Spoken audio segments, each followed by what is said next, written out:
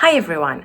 Today I'm continuing my series talking about the crossover between MBTI and Enneagram, and more specifically I'm going to discuss the ESFP personality type. So what are the most common Enneagram types that we find associated with this type?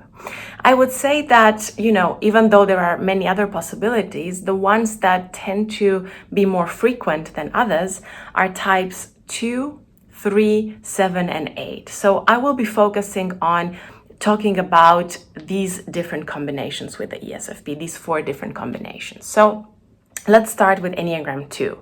Even though this one is not the most common, because like I said in many of my other videos, Enneagram 2 is more common for FJ types and a bit less common for FP types, but still possible. So when we find an ESFP Enneagram 2, we will often see a person that tends to mistype as an FJ type, perhaps ENFJ or perhaps ESFJ, because the ESFP Enneagram 2 will take on some of those FE qualities or that FE vibe, and this person will be more likely to find it easy to prioritize the needs of other people, to focus on what they should do for other people in order to get their own emotional needs met, because this is a core characteristic of Enneagram 2. So in that respect, this person will appear as a bit warmer, a bit more people-focused, a bit more relationship-focused as compared to many other types of ESFPs. I'm not saying that other ESFPs cannot be warm and people-focused, but I would say that ESFP Enneagram 2 probably shows this quality the most. Also because Enneagram 2 is a shame type, so it's part of the heart triad, we also see a tendency for this person or this particular combination of MBTI and Enneagram to feel like if their identity is not being supported, and here I'm referring specifically to their identity as a giver, as a helper, this person might experience more intense shame as compared to other individuals, as compared to other ESFPs, maybe with different Enneagram types. Now, moving on to the next one, we've got ESFP Enneagram 3.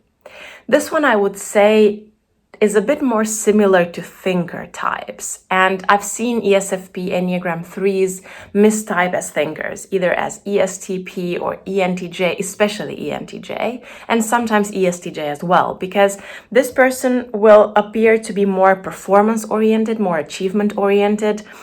They are more likely to tap into their child extroverted thinking function, show it a bit more to the world, and use it more in order to work hard to achieve their goals, to achieve success in whatever way they want. Most of the times it tends to be work focused, but it can be success in, a hobby or some sort of personal quest that they are embarking on. So in this respect, I would say that ESFP Enneagram 3 tends to show their thinkery side more, their thinking function more, and they might value this more. However, they are still part of the feeling triad or the shame triad. So this means that, again, if they feel like their identity is not being supported, but this time, rather than their identity as a helper or giver, like type 2, we're talking about their identity as a high achiever, as a high performer, as someone who's exceptional at what they do, someone who's outstanding at what they do. So if this identity is not supported, the ESFP Enneagram 3 might feel this intense level of shame or embarrassment, and they might feel the need to overcompensate.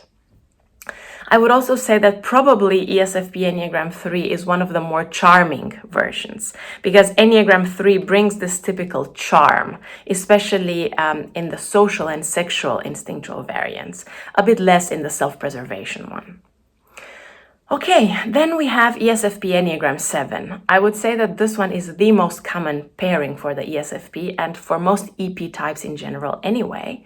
Type 7 is also known as the enthusiast.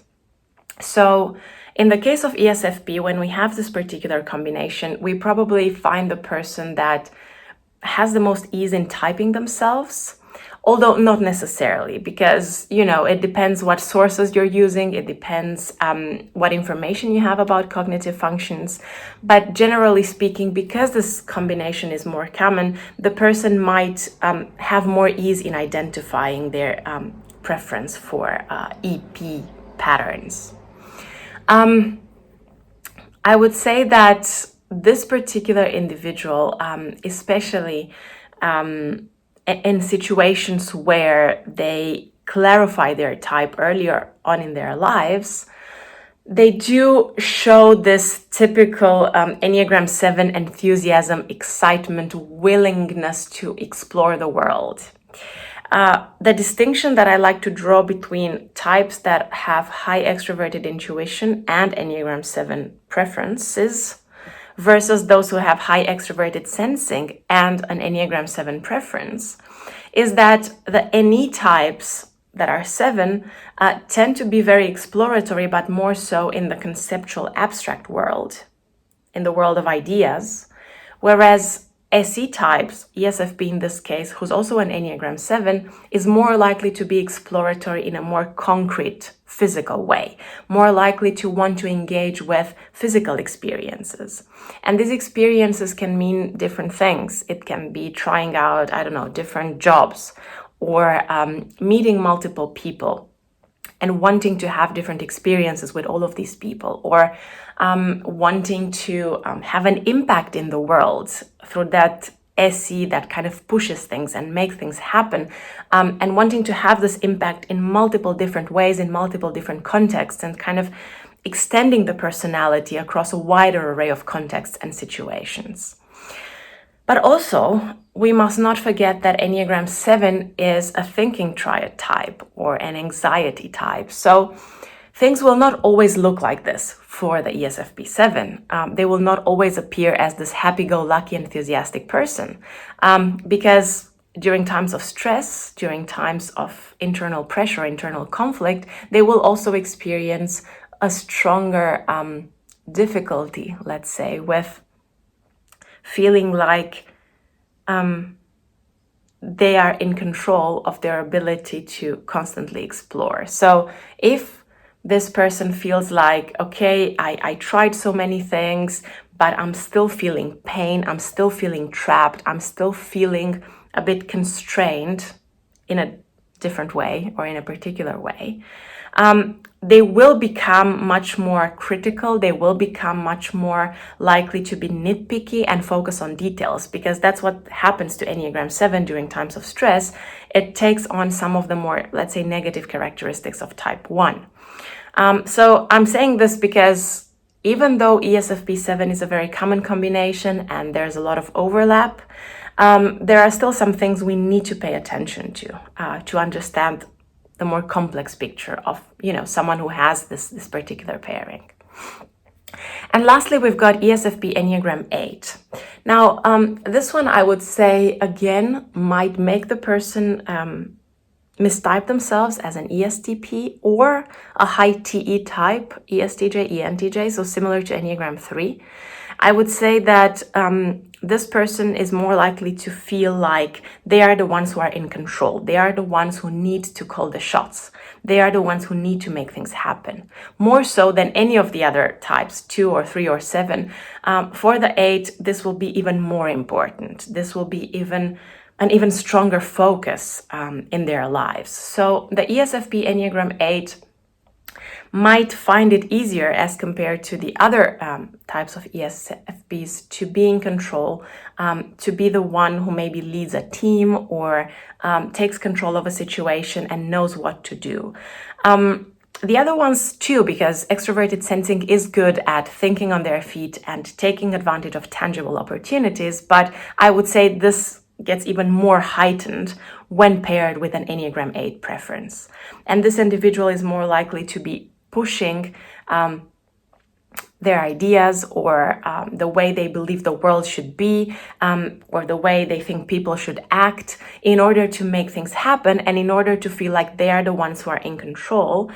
And in this way, they can protect themselves. Because remember what we talked about in the Enneagram 8 video, Enneagram 8 feels the need to push things into the external world or to control things in the external world so that they reduce the likelihood of being harmed themselves.